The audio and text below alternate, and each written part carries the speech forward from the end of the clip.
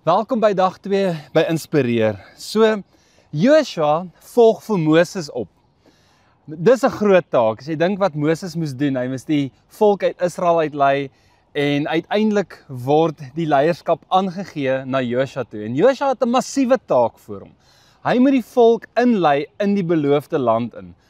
En dit vat dapperheid. Inteendeel, in Joshua 1 lees ons ten minste 3 keer wat God vir Joshua sê, wees sterk en wees dapper.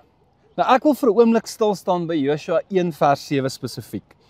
Die Here sê dit vir Joshua, hy sê, wees sterk en baie dapper, voer al die opdragte uit wat ek vir my dienaar Moses gegee het. Moenie links of regs daarvan afwyk nie, jy sal dan suksesvol wees in alles wat jy doen. Joshua moenie net dapper wees militêr nie. Dis wat van hom verwag word. Maar hy moet ook dapper wees geestelik. Hy moet die regte ding in God se oë doen, nie noodwendig in die samelewing se oë nie. Dis nogal moeilik. Dit vat dapperheid om dit te doen.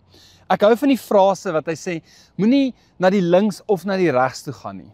Nou, dis baie belangrik, julle, in 'n wêreld waar ons baie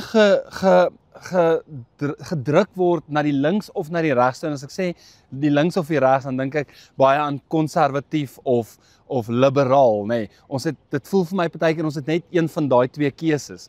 Jy moet of links gaan of regs gaan, maar jy moet dapper wees om nie in een van daai twee kampe in te val nie, maar om die regte ding te doen in die oë van Jesus. Om Jesus te volg, nê, is om braaf te wees in 'n wêreld van vandag. Want dit beteken dat ons nie na die een kant of na die ander kant toe gaan nie, maar dat ons net die regte ding doen in sy oë en wie hy is. Ek hoop jy het 'n lekker dag. Kom ons wees braaf soos Joshua.